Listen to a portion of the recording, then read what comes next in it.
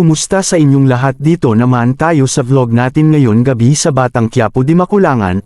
Unang-una sa lahat ito ay teaser video lamang para ma-update sa Batang Quiapo. Huwag kalimutan follow at subscribe ang channel. Salamat po. Dito nga ay hinahanap ng mga tao ni Agustus sila Primo at Amanda kaso wala sila mahanap nito. Nagsabi si Amanda ay humingi tayo ng pagsasalamat sa Poong Nazareno kaya sila dalawa ay nagdasal ito. Dito ay dumating si Agustus at dito dumating din sila Moong Teo wala silang makita ito kaya dito ay galit si Agustus dito sa Nyla.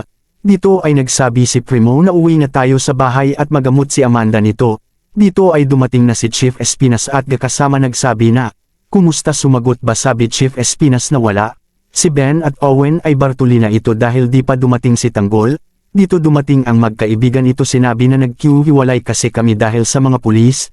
Dito ay nangkwentuhan sila nito tungkol sa Maynila at sa mga tao nito na mag-ingat nito. Nagsumbong ang kasama ni Bong na dumating na ang mga kaibigan ni Tanggol pero si Tanggol at Bubbles wala pa kaya dito ay galit si Bong sa mga kasama nito. Babalik si Bubbles ayon kay Bong. Dito ay patapos na ang inuman nito at matulog na sila. Dito si Monique at pamilya niya nagkita sa Quiapo at nakita na may sugat ito si Monique at umuwi na ito. Dito ay galit na galit si Ramon ito dahil kay Edwin ito dahil muntik na sila mahuli at pati ang pera nila kasi si Edwin ang pinagbintangan sa pulis. Dumating na si Monique at pamilya nito ngayon galit si Ramon sa pamilya ni Monique dahil kay Edwin ito kaya pati si Monique at sinaktan ni Ramon ito at nagalit si Monique kay Ramon ito.